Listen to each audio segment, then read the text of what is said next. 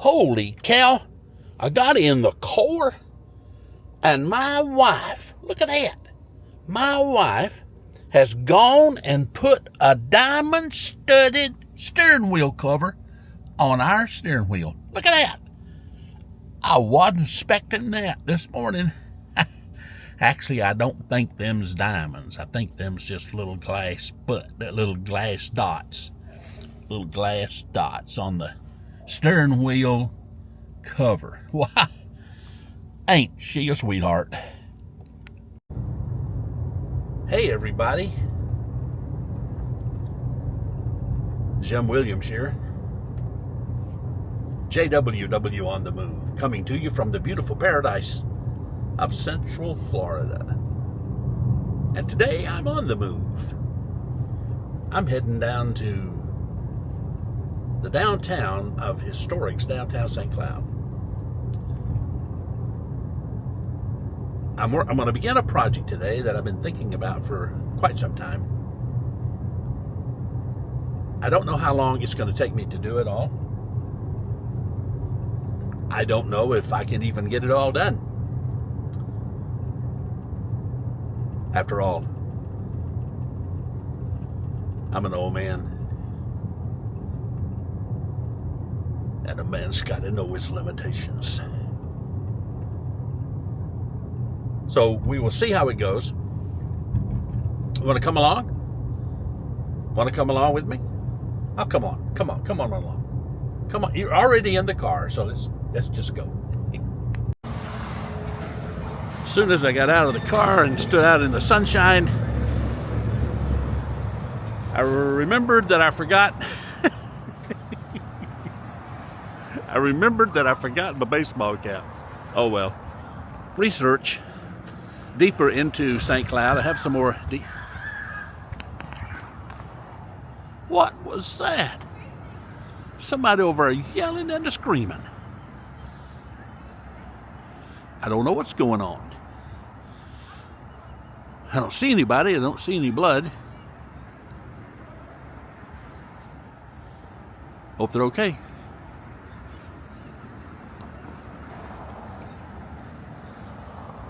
That was weird. As I was saying, I've been doing some deeper dive research into St. Cloud. Some of you are interested in that. I think some kids playing over there yelling and screaming. I don't think there's any dead bodies. I don't think there's any blood. So we're just going to keep moving along. And we'll just let that be our background noise, along with the cars running by. So, some deeper dive background information about St. Cloud.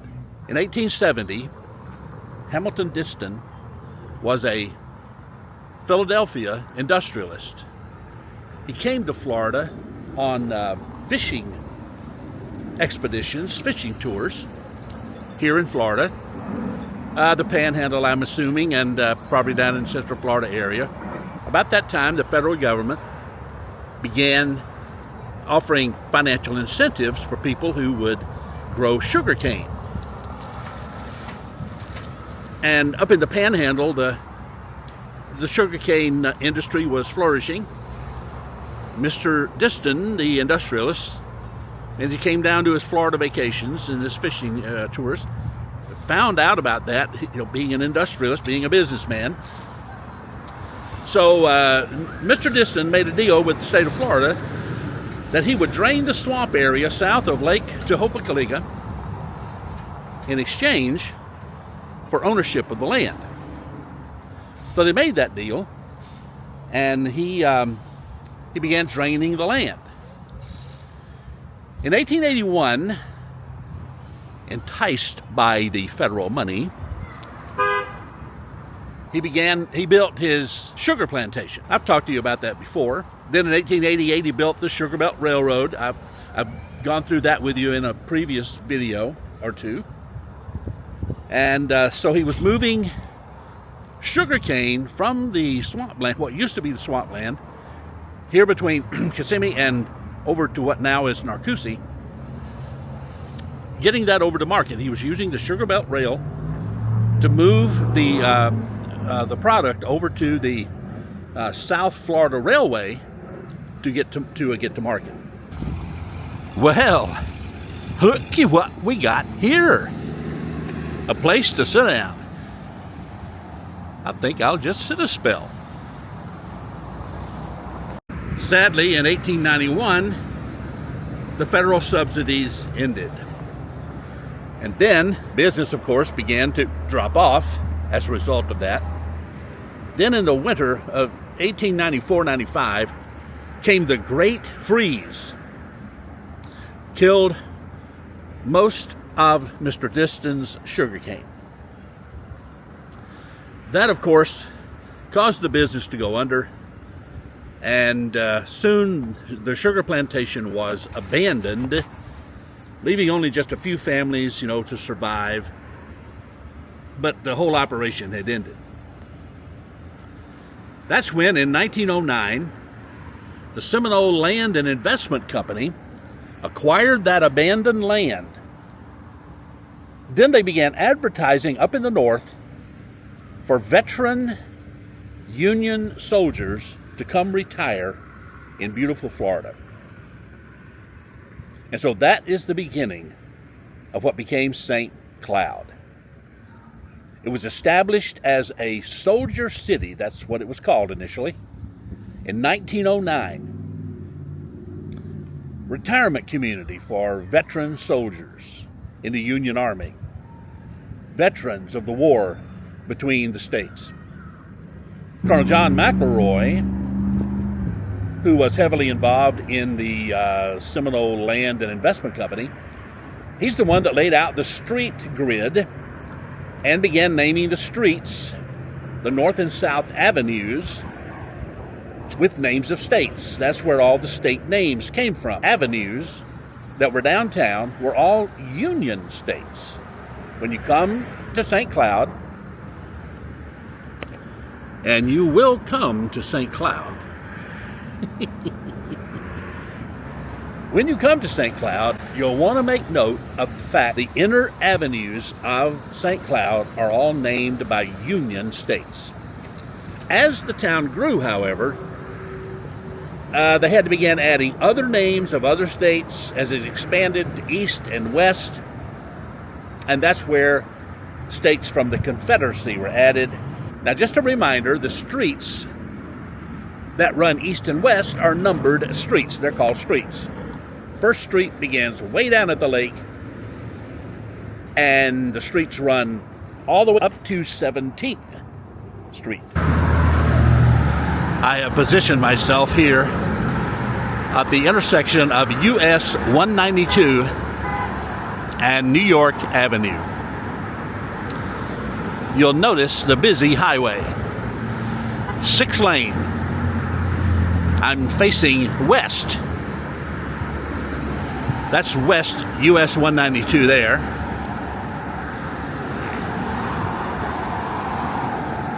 That's east US 192, that direction.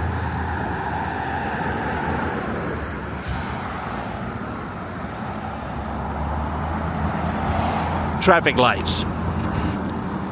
Now, not only is this US 192, it also bears the number US 441. I know it doesn't look like it,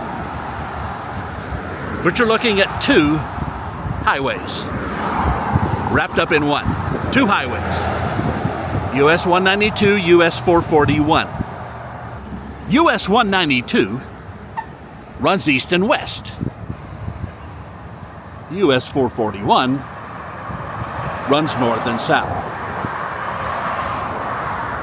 So this would be eastbound 192 and southbound 441. Doesn't feel any different when you're riding on it. It's just two different numbers for the same highway. Now, long before US 192 and 441 were built, this was called 13th Street. Remember, I told you that the street names run east and west, and they started with 1st Street over by the lake and moved their way up to 17th Street. This was 13th Street long before the U.S. highway came through. Bus stop.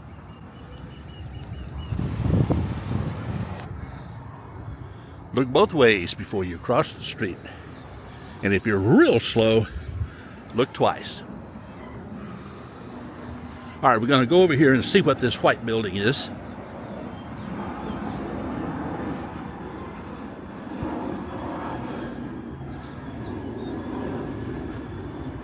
I should do a video of me walking. That would be a riot.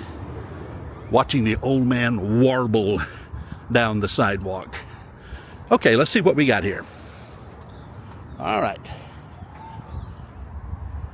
Full body wax.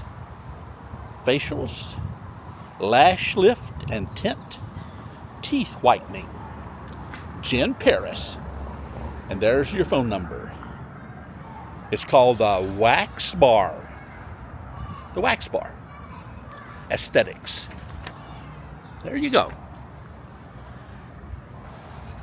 I never knew what was here. Now I know. If I ever want to get myself waxed or my teeth whitened, I've come to the right place. And across the street from the wax and facial place, we have the St. Cloud Chamber of Commerce building. It's at the corner of New York and 12th. You'll notice they are celebrating 2026, the 250th anniversary of the United States of America. Adam was going to travel the U.S. this year and go to a lot of applicable places relative to the birthday of our nation. I have a lot of things I'd like to say about that as the year progresses. So stick around. Sadly, I will not be able to do the traveling that Adam had planned. But we can meet here, even if I don't go places. We'll see what happens, if the Lord wills. The red truck was blocking this marker here. This is a Florida heritage site. This building was originally built in 1910. There's a historical landmark marker thingy. St. Cloud's First National Bank opened in 1910. This narrow, two-story masonry vernacular structure was built from locally produced sand brick, cool, wooden beams, and concrete block. St. Cloud residents subscribed over $100,000 of capital stock, twice as much as required by the United States Comptroller. It was the only national bank in the county, and the level of the capital stock raised was unprecedented. In 1911, the bank issued $10 notes with a picture of the bank's first president, William Lynn. That's the way they did it back in those days. Though the bank failed in December of 1917, the building remained an important part of downtown St. Cloud. Many diverse community organizations and businesses were housed in the building, including the People's Bank of St. Cloud in 1911, the U.S. Spanish War Veterans Headquarters in 1934, the Golden Age Club in 1970. The building was purchased in 1992 by the Chamber of Commerce, which represents over 500 local businesses and serves as its headquarters. In 1997, the St. Cloud Chamber was awarded a state historic preservation grant to restore the building with support from the Florida Secretary of State, Sandra Morton. Following its restoration, the building also served as a museum devoted to St. Cloud history. I'm going to have to go in there and see that stuff. sometime down the road, if the Lord wills. Well, that is as far as I intend to walk today. But I do want to make a few other comments before we leave downtown. You've noticed, I'm certain, the traffic that we had on New York Avenue. Traffic on New York Avenue was not always that heavy. Now, this is more of what it looks like when we moved here in 1991. This is what the traffic I'm referring to now, this is what the town looked like when we moved here.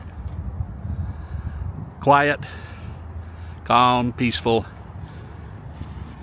Totally different than the mayhem out on the highway out there. You'll also notice these bricks. The bricks from the Augusta Block Company. This street used to be asphalt. New York Avenue used to be asphalt. But a number of years ago, they had a renovation project downtown where they renewed all of these structures. New businesses opened, and as we do our walks down through the downtown area, you'll see those. But this used to be an asphalt street, and now, during that renovation process, they revitalized the street to catch the olden days feel of the cobblestone street. When you drive your car down New York Avenue, you'll feel the bumpity bumps of the bricks. Not a bad bumpity bump, just kind of a neat, cool, soothing bumpity bump. When they first did it, it was a wreck. And they had to do it over. People couldn't keep their false teeth in. It was so bumpy going down the street. But now it's all fixed. Nice, smooth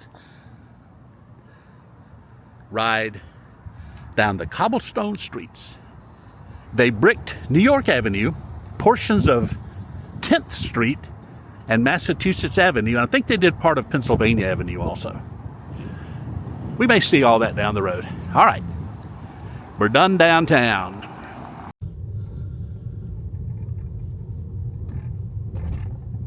See if I can get you to hear the bumpity bump of riding down the cobblestone brick streets of New York Avenue. You feel that? Do you hear it?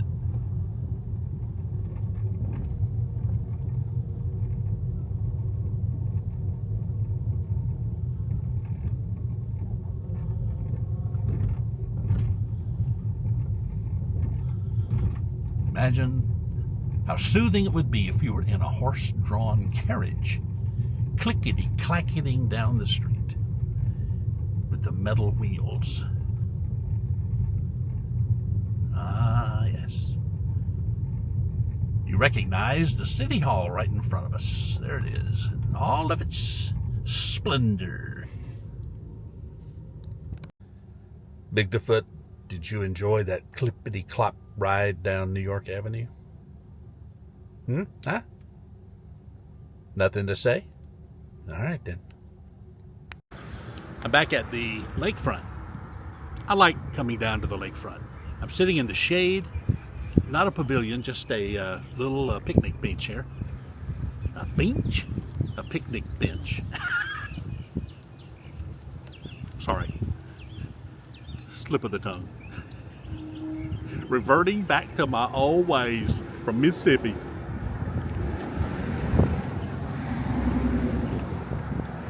Oh gosh. I love coming to the lakefront because it's relatively quiet. We do have some traffic, but it's very peaceful. When some of the traffic lets up, you can hear the birds singing. I'm sitting here in the shade on a metal picnic bench, picnic table. To my left out is the calm Lake Tahopekaliga, East Lake Toho. Not much action on the beach today, but I did want to talk to you about a few things. And right off the bat, I forgot something. Right off the bat, I forgot to tell you something when we were downtown.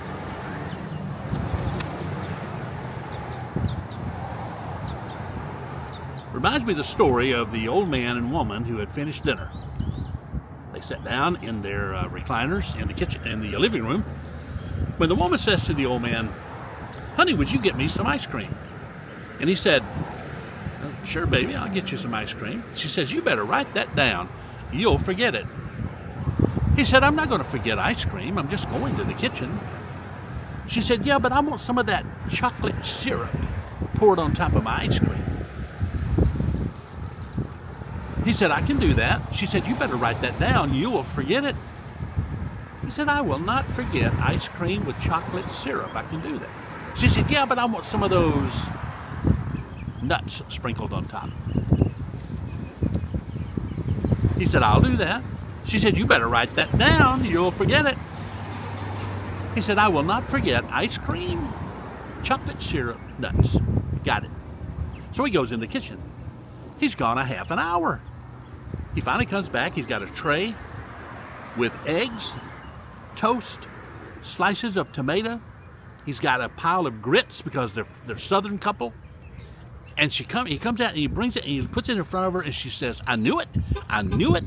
You should have written it down. I knew it. Where's my bacon?" I'm that forgetful. I forgot to tell you something when we were downtown.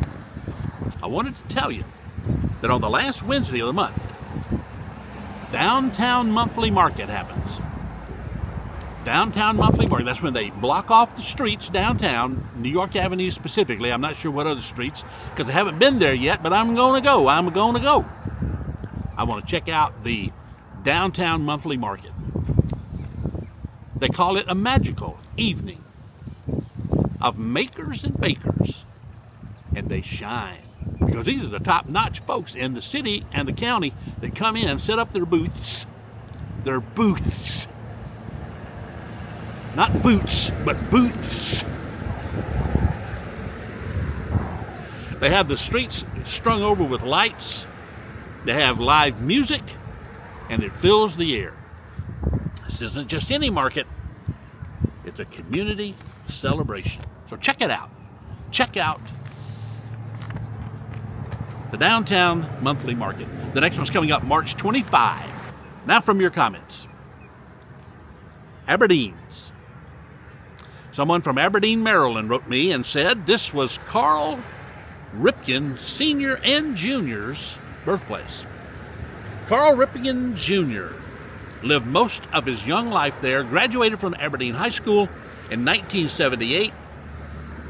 There's a Cal Ripken Stadium in Aberdeen, Maryland. And interestingly enough, the writer wrote, Cal Ripken Sr. was in the minor leagues. He played and coached in Aberdeen, South Dakota. How interesting is that?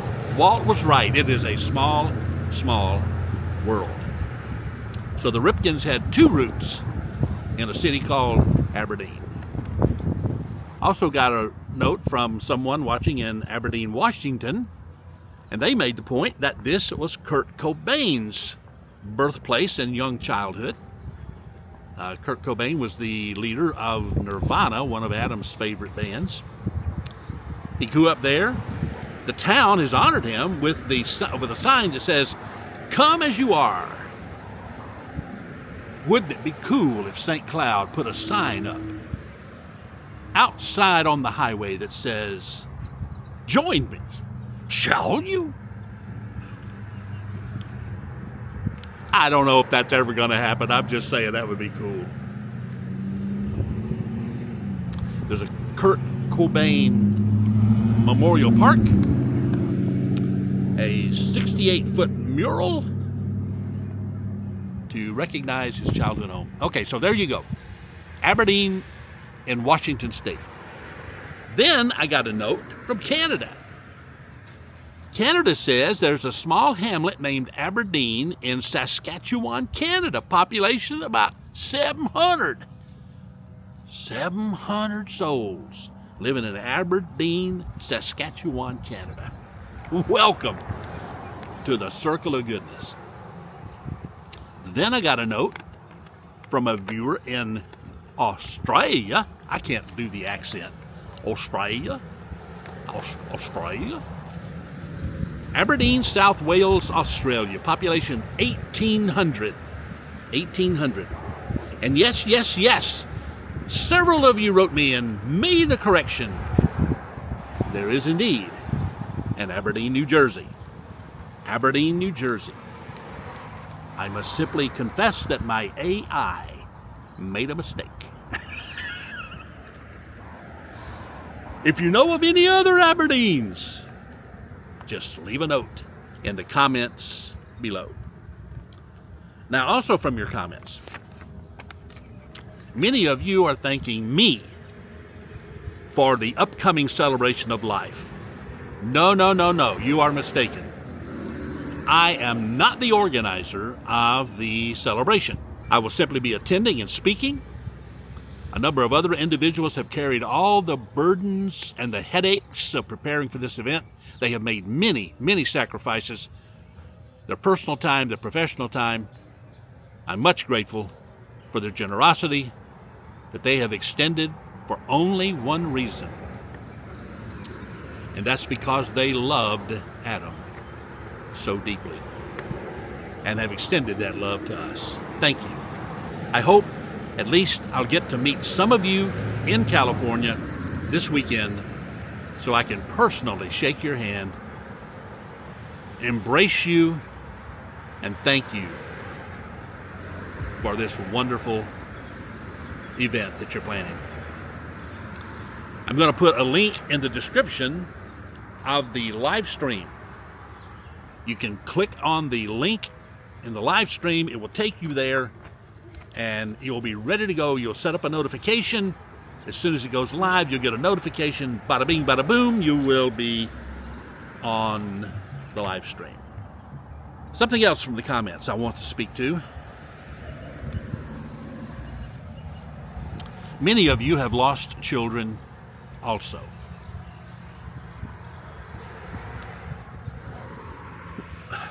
When that happens, as in our case, you become so engulfed in everything that's centered around your lost child. And you lose sight of the fact that you are not the only person on the earth.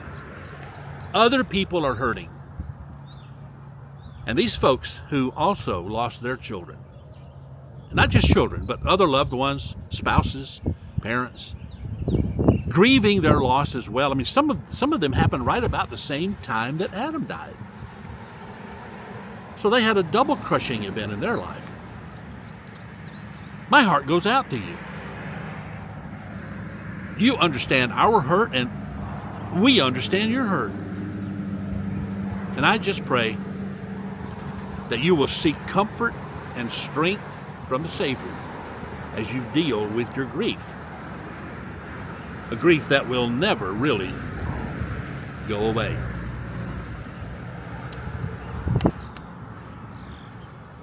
And in that vein, if you are a disciple of Jesus of Nazareth, I have a word of encouragement for you. If you're not a disciple, then please pardon me for just a moment while I speak to those who are. Cherish the Bible. Love the Bible. Crave the words of the Bible, like a newborn baby craves its mother's milk. Jesus used the words hunger and thirst. So hunger and thirst after his word. When was the last time you even picked up a Bible? To read it, to spend time listening to your Lord. Read it every day for your own soul. Not to bicker and quarrel with other Christians and win arguments. But more important than that, read it for your own soul. Read it and do it. Don't just read it, do it. Don't just get into the Word, let the Word get into you. Jesus said, "The man who hears my words and does them will be like a man who builds his house upon a rock." So I'm encouraging you, if you're a disciple of Christ, I'm encouraging you to read and obey his word as his disciples and build on the rock. I've been remembering Adam. I promise not to cry this time. But I've been remembering some fun times with Adam. When we lived in when we lived in Leroy, Illinois, I signed up for a mail order photography course by the New York Institute of Photography. It was a mail order course. They would send me assignments. I would do the assignments and send them back. They would grade them. They would send them back and forth. When Adam grew to adulthood, we used to joke about that all the time. Oh, that's where the New York Institute of Photography, that's where you got your training. Oh, gosh. I love that guy. Anyway, I used Adam for a lot of my assignments. And if you probably have seen a lot of these childhood Adam photos. There's a photo of him climbing the door facing in the house. There's a photo of him dressed up like a cowboy on the porch. There's a photo of him walking along his cowboy hat in his hand down a long railroad track. That was an assignment on photographic perspective. If I can find some of those photos when I get home, I have learned how to splice a photo into the video. All right? All right? The old man's trying to learn something. So when I get home, I will see if I can find some of those photos and insert them for you to enjoy. Well, that's going to do it for today. Thanks for watching. It really means a lot to me that you're there. I really appreciate you. I love you, and I'm thankful for you. I hope you receive this message with love and gratitude with which I'm sending it. Don't miss the Celebration Sunday. I'm told it's going to be massive, it's going to be moving, it's going to be incredible. And if the Lord wills, Ryan, Faith, June, and I will be there. If you're there in person, perhaps we'll meet, I don't know. I want to. Not sure what the logistics will be to make that happen, but we'll have to see. Go make it a great day. Make it a positive day. The first person that you see in person today, just smile and wave and say, "Good morning, my friend." Scare them. Just scare them. They won't be expecting that. Make memories with your family while you still have time. You were not promised another day. If the Lord wills, I will see you in the next video. Goodbye.